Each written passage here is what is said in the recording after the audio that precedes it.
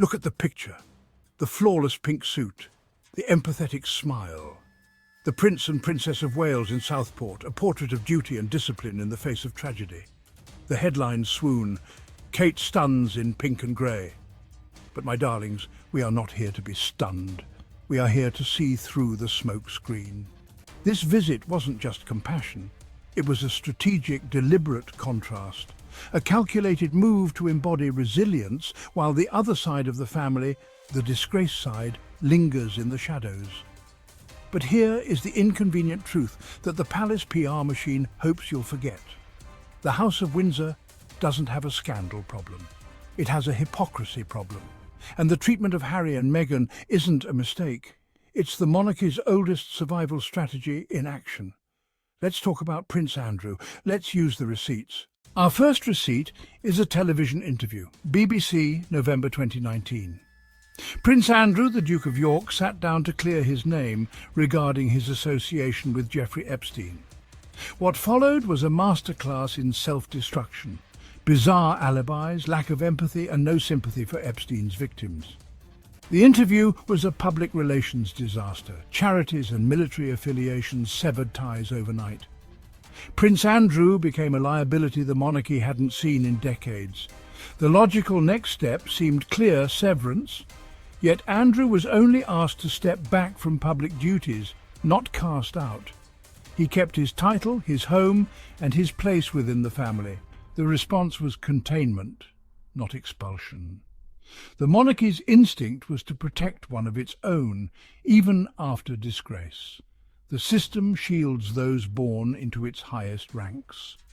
This was the first crucial demonstration of the monarchy's protective embrace. Our second receipt is financial. After the interview, Prince Andrew faced a civil lawsuit from Virginia Giuffre, alleging sexual assault. The prospect of a senior royal testifying under oath was a nightmare for the firm. The solution, a financial settlement reportedly in the millions, with a significant portion believed to come from the late Queen's private funds.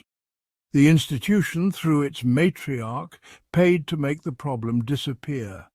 This was not just a mother helping her son, it was the head of the institution protecting the monarchy's image. The payment shielded Andrew from a devastating court battle and, more importantly, protected the crown.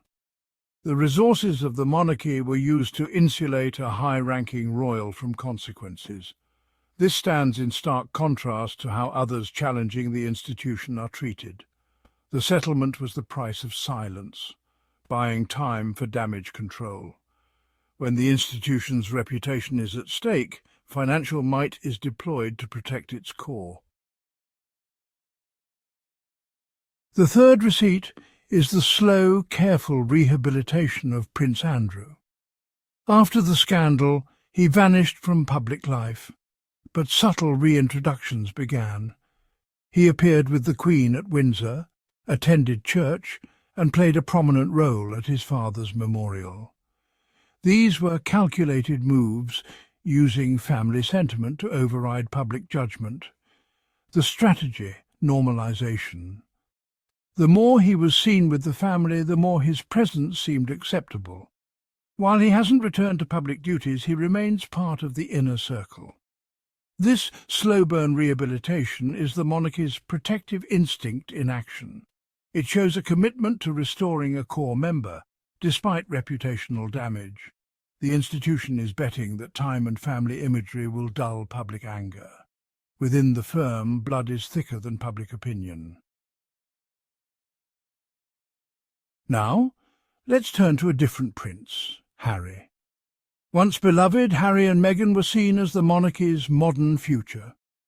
But when they sought a new role, combining royal duty with independence, the response was swift and severe. Their departure was treated as a crisis, not a negotiation. They were stripped of their HRH titles and military patronages. The message, if you're not fully under the institution's control, you're out. The contrast with Andrew is stark. Andrew, despite scandal, was sheltered. Harry, seeking autonomy, was banished. Andrew's scandal was contained. Harry's challenge to control was crushed. The monarchy fears loss of control more than public embarrassment. A rogue prince can be hidden. A prince writing his own script is a threat. The punishment of Harry and Meghan was a warning to others. The institution enforces its rules with unmistakable clarity. Why the difference? The answer is institutional survival.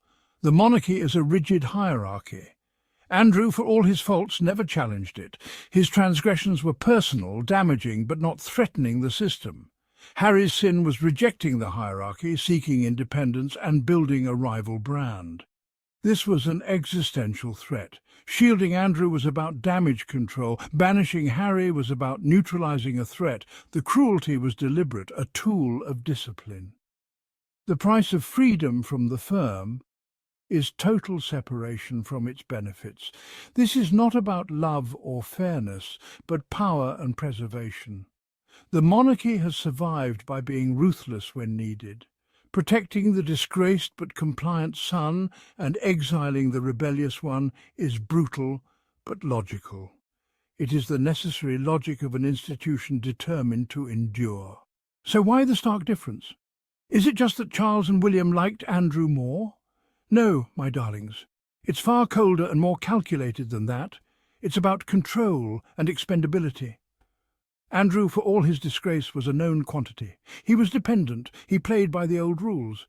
He needed the family's money and protection, which meant he was forever on a leash. He could be trotted out or hidden away based on what was expedient for the narrative. He was a pawn. Harry and Meghan were a threat. They were globally popular, independently minded, and had the audacity to speak their own truth. They threatened the hierarchy.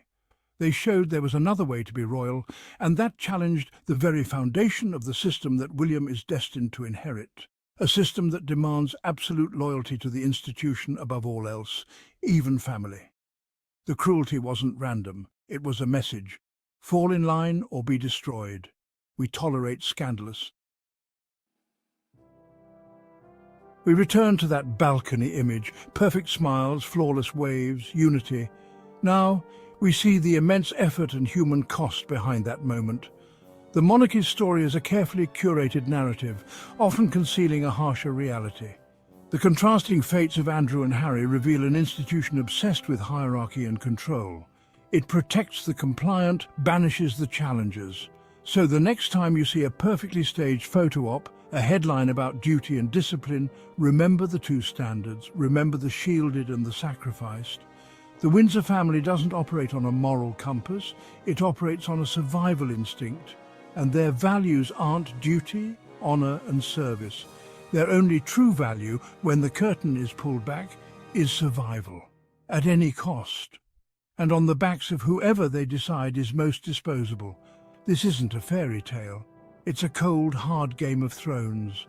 When personal happiness clashes with stability, the institution wins. The logic is cold, pragmatic, and centuries old.